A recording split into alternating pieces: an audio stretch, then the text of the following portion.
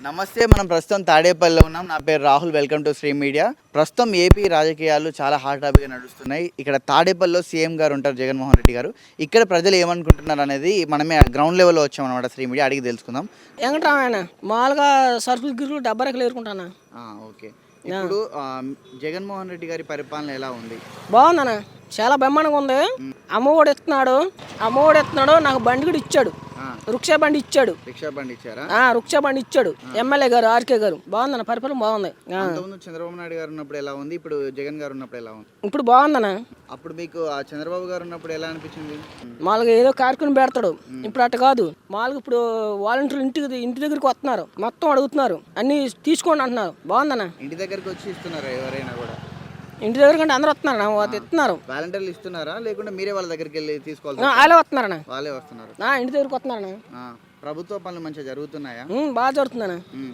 ఇప్పుడు చంద్రబాబు నాయుడు గారు, పవన్ కళ్యాణ్ గారు ఒకటే జనసేన పార్టీ అను చంద్రబాబు నాయుడు బాగానే ఉన్నారు, కానీ వాళ్ళు కానీ జగన్ గారు ఒకవైపు, చంద్రబాబు నాయుడు గారు, పవన్ కళ్యాణ్ గారు ఒకవైపు ఉన్నారు కదా.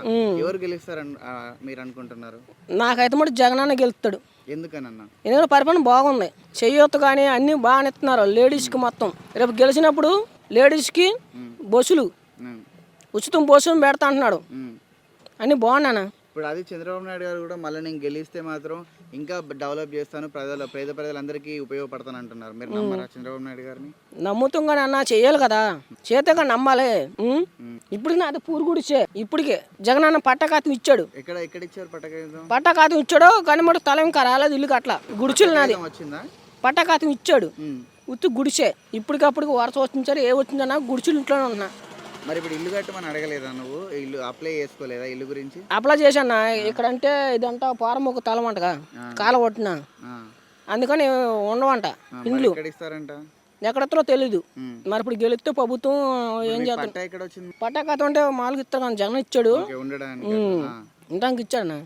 మామూలుగా మీ ఇళ్ళలో ఎవరన్నా అంటే ఇప్పుడు నీలాగా పేద ప్రజలు ఎవరికైనా కూడా ఒక ఇల్లు వచ్చిందా ఇక్కడ తాడేపల్లిలో?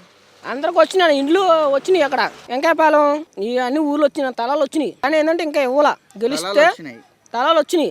పట్టాకాతం ఇచ్చాడు బొక్కు జగనన్న. ఈ ప్రభుత్వం గెలిస్తే జగనన్న కంపల్సరీ ఇల్లు కడతాడు.